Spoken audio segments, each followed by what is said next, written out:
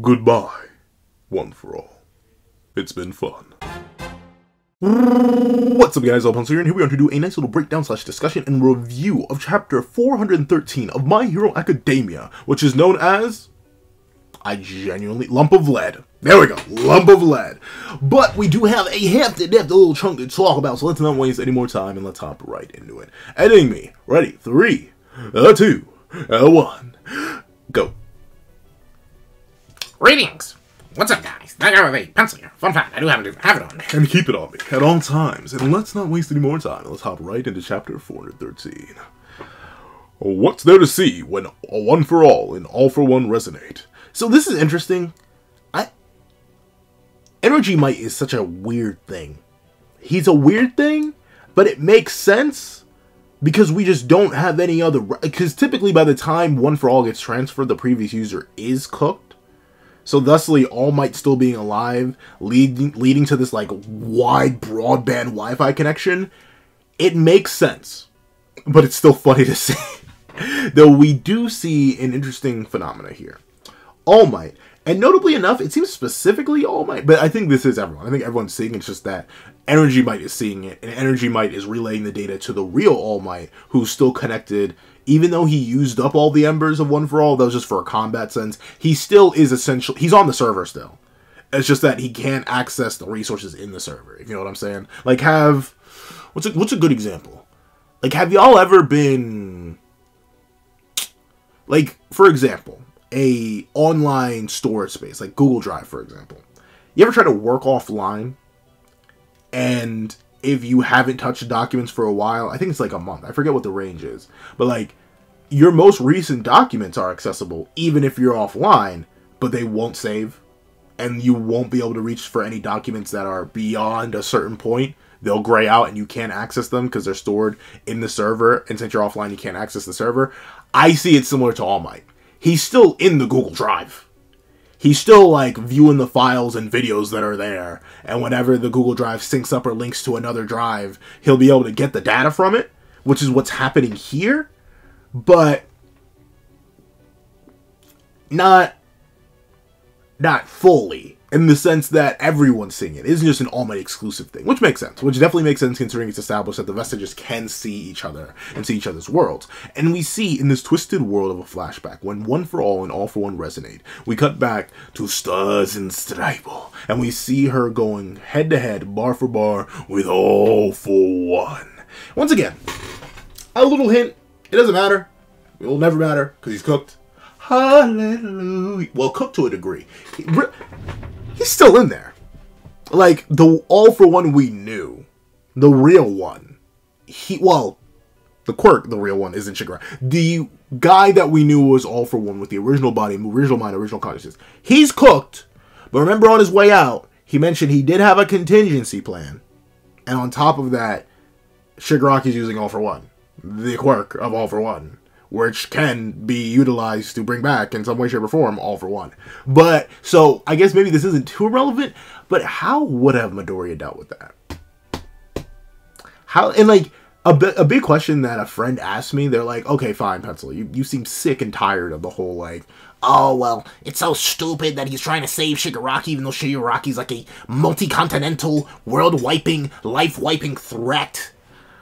But then he was like, so would you feel better about it if there just wasn't a child to save, and Midoriya was specifically trying to save Shigaraki? And I was like, no, that'd make it worse. But when you mention it like that, I wonder, if that interaction never happened, would Midoriya still be trying to save Shigaraki? Presumably, right? But then who'd he be trying to save? Because once again, this goes into the whole character erasure discussion that I had in the spoiler discussion. I'll bring it up a bit here again. But like, I don't know. It's an interesting conundrum. It's an interesting conundrum, to say the least, at least. But with that being the case, we're flashing back to Stars and Stripes versus All for One. And All for One, deep inside his guts, we go deeper and deeper to see All... Well, I was about to say All Might. But we see Stars and Stripes as she's slowly being decayed. Well, admittedly, it's Stars and Stripes, but it isn't Stars and Stripes. It's New Order. New Order inside of All for One as it's destroying itself. Thank you for the person who clarified for me that yes, in fact, New Order destroyed itself. All for One never got the chance to pass it on. That's not something that actually happened. the New Order was still inside, and this facilitates the rest of the chapter just fine. The one, like, outside of just generic stuff, the one thing that I had about this chapter is kind of a twofold thing. It is this whole Star flashback, because I'm not exactly sure what caused it. Like, it's so oddly specific, and it led to this in particular. Maybe, like, I think maybe the trigger's supposed to be Kudo saying, hey, bro, we need to get rid of One for All. Maybe that's it, and then it causes Shigaraki to have flashbacks to All for One when he was controlling Shigaraki's body, and another person came in to try and lob a quirk at him to destroy him from the inside, and maybe that's why this is triggered. And I think it is a kind of hinted at in this chapter, but I feel like there's not necessarily enough of it for me to be like, oh yeah, that's the canon reason. It's still kind of just my headcanon. However, we see that within the darkness, within the despair that is Shigaraki Tomura, Stars and Stripes notices something. Something quite peculiar. Peculiar? Lord. Lock in. Peculiar. There we go. She notices something peculiar in the darkness, in the void. And this is interesting. I'm assuming this is the Ember, right? Like, we're seeing the flashback of Star when she saw it, but I'm guessing happens. If I had to, like, formulate a timeline, I tried to do this in the live reaction, which you can check it over on Patreon for as low as $1 a month, or become a member for as low as $3 a month to peek the live reaction. It's about a solid 13 minutes long. I don't know why I was so speedy with it. I was kind of just reading. But I did try to, like, piece a timeline of this together, so I think we open up the chapter with a flashback to Stars and Stripes / New Order's demise. But this Stars and Stripes, the reason she's not in the midst of disintegrating and is able to acknowledge that, hey, Master's here, and hey, sad child, look, and she just points her finger, is because I think this is the remaining Ember of New Order. Sure, it is a little bit weird that New Order was set to destroy itself, ended up destroying itself, but didn't actually destroy itself to the point where a strong enough mirage of Stars and Stripes can be here to gather and essentially kind of soft, if not hard, rally the heroes, or at least the hero, well, not heroes plural, because of, you know, all the people inside One for All. That is a little bit strange, but I'm fine with it in the sense that, you know, even once you put out a fire, you could pour water on a fire all you want. You could slaughter. Heck, the fire could grow hands, grab the nearest bucket of water, and dump it on its own head. But the thing is, there are always going to be embers. Little burning pieces. And sure, nature will put them out eventually. Maybe. They may go into another forest fire. But with that being the case, Stars and Stripes is sort of, I'm not going to say verbatim playing the role, but like kind of sort of playing the role as guidance based on her Ember nature, and is given full right and full body size and not just this, and is able to sort of, in a way, soft transcend time to show All Might this, because they know All Might's watching. Because note, they specifically say Master. They don't say boy or wielder of One for All. They say Master, which would be All Might, at least in Stars and Stripes context, I do believe. And for her to point out the crying child, it once again goes into the idea that, oh yeah, we're really erasing Shigaraki, aren't we? But here's the thing, right? Here's the thing about that.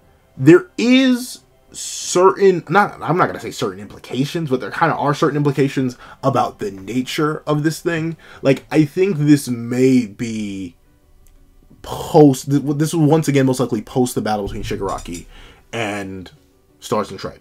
I'd had to assume, because she's able to recognize the crying child. Because remember, the whole big gimmick in the Stars and Stripes fight is that she couldn't recognize Shigaraki. Shigaraki kind of wasn't a dude. It was essentially a game of like, hey, I'm real. Then he just slid off screen ominously. Then he came back, and then it was All for One. He's like, I am also real. I am all for Rocky. Go ahead, Stars and Stripes. Use your New Order on that one. So, like, it is interesting. And I wonder, and here's the thing, I wonder what caused the crack. Because, I mean, I think it may have been Midoriya. Maybe? I'm not sure. I'd presume it was probably him that put the crack in there. Because I highly doubt Stars and Stripes did it, since the mouse was based so heavily around Shigaraki. At least that's what I would think. I would think that, but who knows? Who knows? But that being the case, we see that Stars and Stripes is once again pile on the narrative. The sad child. Oh no. He's such a sad boy. He's oh so sad. Oh no. A sad sad. Oh, and the reason I bring up the whole timeline thing, and you may wonder, like, okay, so why does the timeline thing matter so much? The sad child, if we think this takes place in the past and not, like, right at this moment, stay hydrated, folks. But the reason I'm so confident this takes place in the present moment and not in the past, in spite of the mostly black borders, is because the Shigaraki Stars and Stripes would likely be pointing to is current Shigaraki. Because remember, Stars and Stripes was fighting all for Rocky. She wasn't fighting Shigaraki. And we know Shigaraki's persona before... I'm not going to say a retcon, because it's not a retcon, because it was established in the First War. But Shigaraki's Shigaraki persona, where the crying child persona, was just Shigaraki after he got put in the cage. He was locked up, they won't let him out. They won't let him out, but he was locked up and they didn't let him out. He didn't get let out. And, you know, now he's let out. So that's why I think Certain Stripe has to be pointed to the current one, because he says sad child.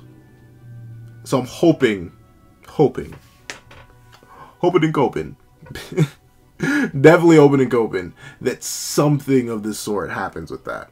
Something gets mentioned that the Shigaraki they keep referring to, the crying child, the boy inside Big Rocky, is just Rocky. Like, it is just straight Rocky. Like, they do the plan that they think of in this chapter. They get him all the pieces. They're all going crazy. Like, yes, we finally did it. We stopped him. Yes. And then Big Rocky's like, oh no, I feel it. My childhood feelings returning to me. The sadness I felt when I slaughtered everyone in my family would never meet the comparison of the joy I felt rushing through my very bones as a child. Now, spread it. Like, I'm seeing that. I'm seeing that kind of vision. At least that's how my brain is going with it. I would love it if Hori played like that. Like Hori goes on with the idea, oh yeah, Shigaraki can be saved. It's just Rocky's the evil persona, and you got to get rid of the evil persona to get the good persona. So go ahead, do that, and then the good persona they keep fighting for, that they're gonna sack one for all four, sack Midoriya's quirks for, do all this, is also still just evil, if not slightly more unhinged. Like, essentially, if you're wondering, I'm low-key looking for a Super Boo versus Kid Boo scenario. If you know what I'm saying, where Super Boo was bigger, taller, more intelligent, all that good stuff. But then you had Kid Boo, who was the embodiment of all malice, evil, and hatred, and was going absolutely boo. That's the thing I'm looking for. I'm hoping for that. I'm specifically hoping for that, where they do all of this just for Big Rocky to be like, really? You guys even know what I did as a kid? You know what I do again right now? Like, I would love it if that kind of twist was pulled on. I don't think so, though. I don't think so. It'd be cool, but I don't think so. Because then we'd have to defeat... I mean, I guess you get the best of both worlds. You get to defeat the evil Shigaraki persona if it splits. But... interesting.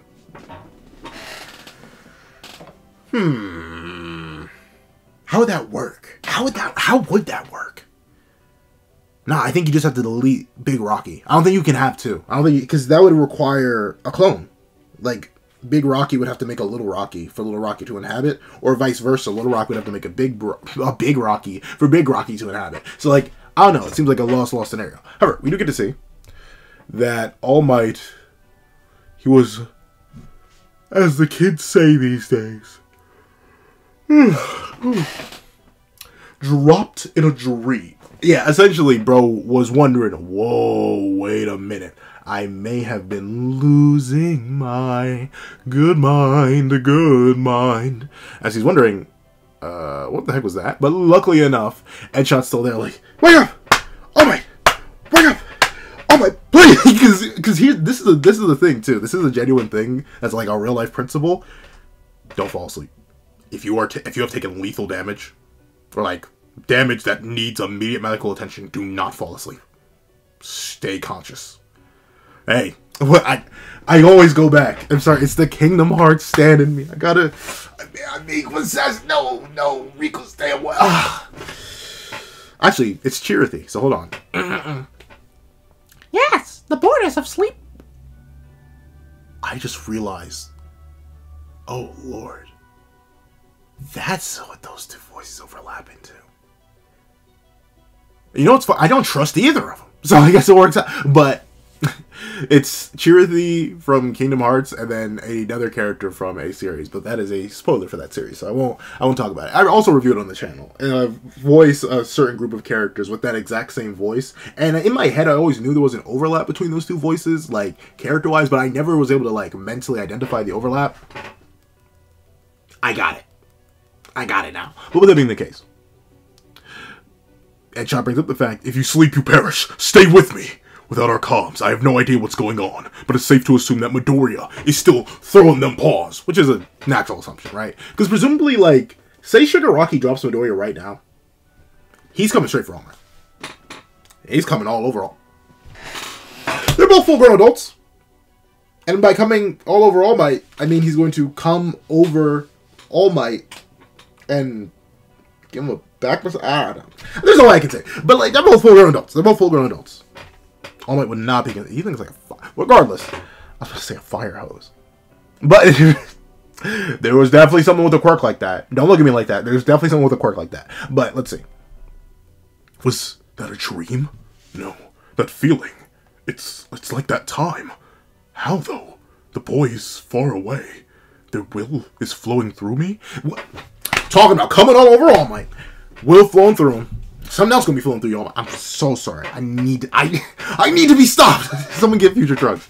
But it essentially goes to show, as All Might says, the power passed through generations is becoming frayed. So essentially, One for All is kind of branching apart. I think this does come to the fact that the branch of One for All is related specifically to All Might because he is a user of it. Edshot does not get that vision. We don't cut to anyone else having that vision.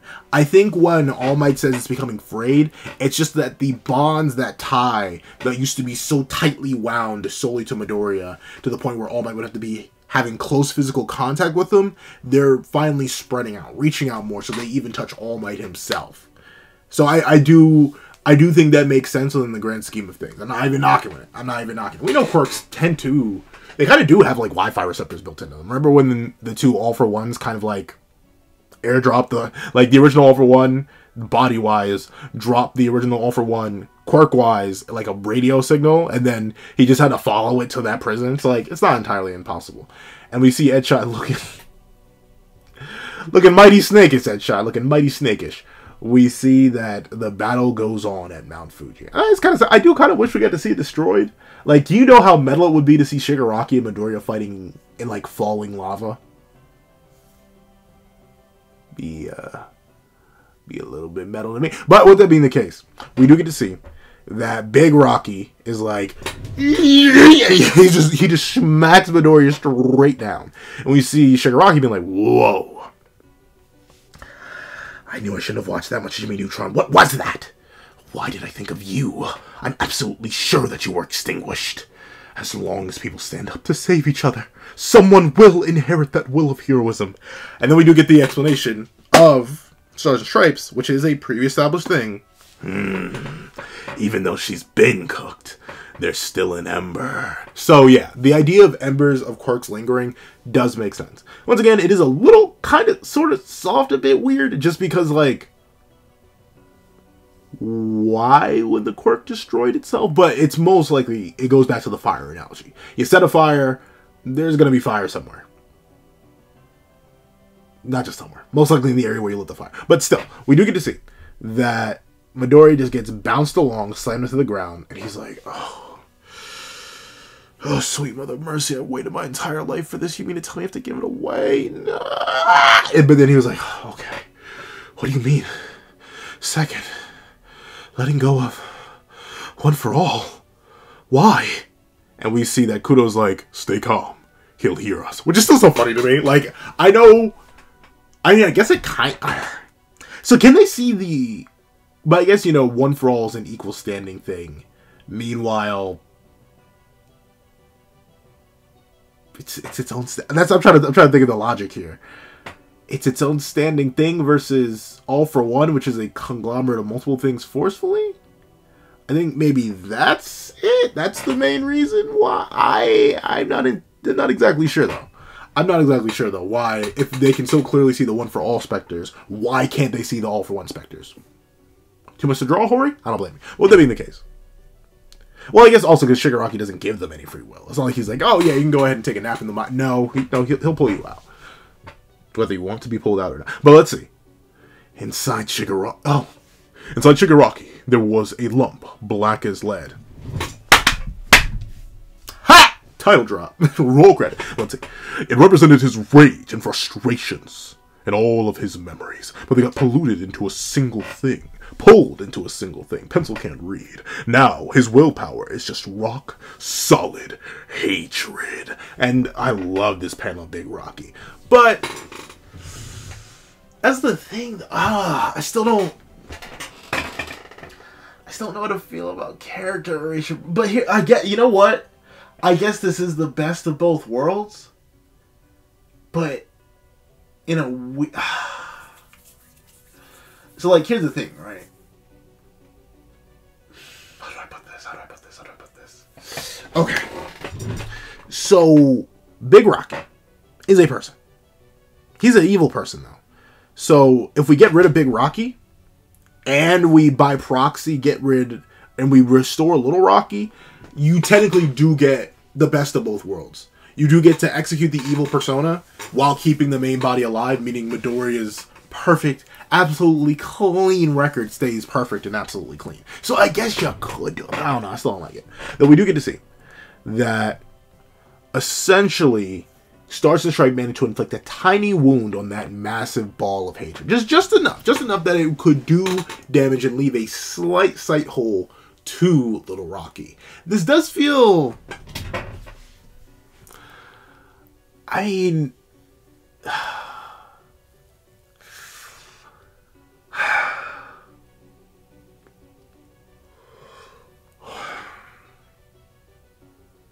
How do I put this? I'm still trying, like, this chapter is very much a how do I put this thing. But, like, yeah, I guess I do just get both. I can't complain.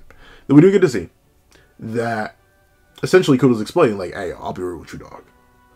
We could just bend them right open. We could just spread them wide open. I need to be stopped. But essentially, Kudo runs through the entire plan of transferring over One for All and how he's going to do it. Because essentially, let me see if I can find a blank sheet of paper that I don't mind sacrificing. Well, you see, as a pencil man, one must always have a sheet of paper on him. For what good is the pencil without the paper to go with it? But luckily enough, I do have a piece of paper. So, essentially, if I'm reading this right, and feel free to correct me in the comments if I'm wrong, because I've been wrong before and I'll be wrong again. But essentially, this is Shigaraki's motivation. Nice, solid, simple, clean. When you walk away, you don't hear me say, please. Oh Lord, what was that? I don't sing good already, but that was awful. But with that being the case, this was Shigaraki's will. Nice, clean, concise, good, juicy. However, what Stars and Stripes did, she drew her blade and just barely poked a hole in it. And sure, like, Shigaraki did a good job of pasting up that hole. The hole was made more by the time One for All, or All for One was in control. So, like, don't look at the paper too hard, and it's hard to even notice the hole. At least I think. Not really. You can still see it. But essentially what Kudo's proposing is, okay, if New Order alone was able to do that, and the doors open, now, instead of just trying to poke another hole in that hatred, why don't we just keep going with what she did and dive through, stab all the way through, and essentially completely get up in that hole's guts, and then boom, slash through the hatred and save the child trapped inside. That's the plan that Kudo's going with. And that does make sense with the hole already being there. So, as a wise man once told me, a hole is a goal. But we see that this chance does allow for a direct strike as consciousness. And then Midoriya starts thinking. He's like, wait a minute. Strike the wound by transferring. And then N is like, I'll be real with you. We've gotten some quirk magic on our side, but this seems a little bit ludicrous. I don't follow that logic. If we transfer it, he'll start using our quirks. That's what happened to Shinomori-san. And then Kudo says, then broaden your understanding of transfer. You should know it by now. See, this is I wonder if this is the mini-mic that says this? I don't know. Image training? Exactly. Let me make it simpler for you to understand. When that childhood friend of yours needs to pass you something, how does he do it? A bit harshly. Just this massive yeet. I don't know why Shigaraki's taking his sweet time to wombo combo, though, but hey, you know, big Rocky. He's definitely savoring the moment. And we see that Midoriya realizes what Kudo's implying here. Not just giving up one for all, but essentially, boom, like launching it at him. And we see that Kudo admits, I'll be real with you. You use too much strength, and it will cause some damage. It can even break the object you're passing. Now, apply the same logic to one for all. If we say we don't know how it works, since we don't, I'll go first. Shinomori-san was the only one who got. If a single user can be stolen, that means a single factor can be transferred. Which does make sense, right? Because it should have been, like, for the longest time, we assumed all or nothing. Like, either you got one for all, or you got nothing, but no. Quirks can be stolen individually, as the power of one for all is just that, an explicit power that's left in people. Which is also stored in a quirk. But still, we see that ultimately, they managed to get rid of all for one, then Midoriya would just be left with the raw power. With the raw power, who knows what Midoriya could do? And we see that Kudo just straight up admits, I'll be real with you. I respect your tenacity, but if you use the right amount of strength, I'll be shattered to smithereens. We'll get hit, and he'll get hit and won't be able to use my quirk. And then N is like, I'll be real. I suck. Please use me. But Kudo's like, no. You're goated just enough. Well, use me. But then we see that, once again, N being logical here is like, dude, if this fails, you're giving Shigaraki gear shift. And he's low-key already keeping up with us, and is also kind of immortal. But we see that ultimately, it's kind of interesting. Supposedly removing Kudo removes the recoil, but I guess, like, it goes to the age-old adage, if you cut your leg off, where you gonna feel the pain at? Or are you gonna feel pain? And of course you're gonna say, yes, you feel pain at the stump where, you know, your leg is gone, but like, are you gonna feel the pain in your leg when your leg is gone? No. So I guess it kind of goes to that. Transferring Kudo will essentially give Midoriya a fresh start in terms of this battle, at least in terms of gear shift. At least in terms of that. Everything else though. But we do get to see that the third user is like, leader, I always followed you. But doing that now is too risky. Maybe we shouldn't. But we see that Kudo's like, hey, no. It's all or nothing now, bucko. It's a bet. We've lived through many dark times. There goes days where it felt like anything, any ray of hope would help us keep fighting. And now we have that ray of hope. And we see that Midoriya is gritting them teeth. He's like, oh, I gave up my goods. And we see that Midoriya, he's not going to deny anything. He's not going to walk past everything. As he said last chapter, he'll tear that rug apart with his bare hands. He's going to connect to Shigaraki. He's going to save Shigaraki. But Nana points out what no one else really points out. No matter how great of a hero Midoriya is, no matter how fantastic and amazing and wonderful and cool and swagalicious he is, he still cares for all the people he met. He's scared for every last one of them, especially if he fails, and I do like that. And we see that ultimately, Midoriya, he's going to have to lock in. Because while this is a treasure he obtained from his favorite hero, he must now use it to save everyone. And we see that Shigaraki's like, what are y'all yapping about? And then Kudo's like, well, Banjo, stay by his side, no matter what. Black Lip, I keep saying Black Lip. Black Whip will be his lifeline. I leave it to you. He says to Yoichi, who says, agree, Roger. Do it, my hero. Wait, what? Why did he say do it, My Hero Academia? Oh, well, no. He does say My Hero. My Hero. And we see Kudo says, the rest is up to you now. What now, Izuku Midoriya? And Midoriya says, I will do it. And we end the chapter off with this banger image of Onyx Spider Midoriya with Black Web coming out his back, having torn off another one of Shigaraki's arms. And Shigaraki goes on to say, oh my. Reinforcement of your tendons and muscles from the inside. I can now see through that. I can see through that. I can see that through your skin. And this just takes us to the ultimate level. Midoriya lost to the darkness, the power that came within. He lost to it all. And now it's time to cook by injecting one for all. So overall, a very, very W chapter. Amazingly W chapter. There are definitely things about it, like sacking Shiggy, but everything else in the chapter is absolutely fire. Wonderful, wonderful, wonderful. However, if you made it all the way to the end of this video, please leave the Hero's Night. Whether it be the Hero's Night with a K or the Hero's Night with an N. Please leave the Hero's Night in the comment section down below. Thank you so much for watching. Please leave a like, share, comment, and subscribe. Make sure that little keeps so you don't miss out on any videos that come to the channel. Also, you happen to have a Patreon below where you can support me for as little as $1 down month. Things like exclusive videos, early content, and more. You also now become a member of the channel for as little as $3 a month to get the same perks and more. Some of those perks include the 12-minute live reaction to this very chapter. Now, thank you so much for watching once again, and I hope you guys have a wonderful day. This is Dabi with the pencil, writing off.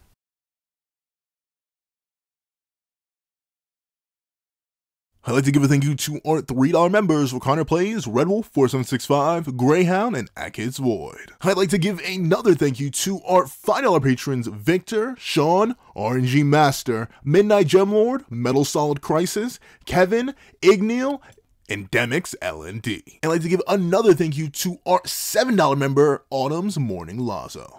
I'd like to give another chunk of thank you to our $10 patrons, Robbie Uchiha, Joaquin, Idemokami, and China Doll 09. I'd like to give a fat, juicy, scrumdiddlyumptious thank you to our wonderful $25 member, Alex Ice Rose. I'd like to give another hefty, debty, trifty, nifty thank you to our $25 patron, Calvin Elder.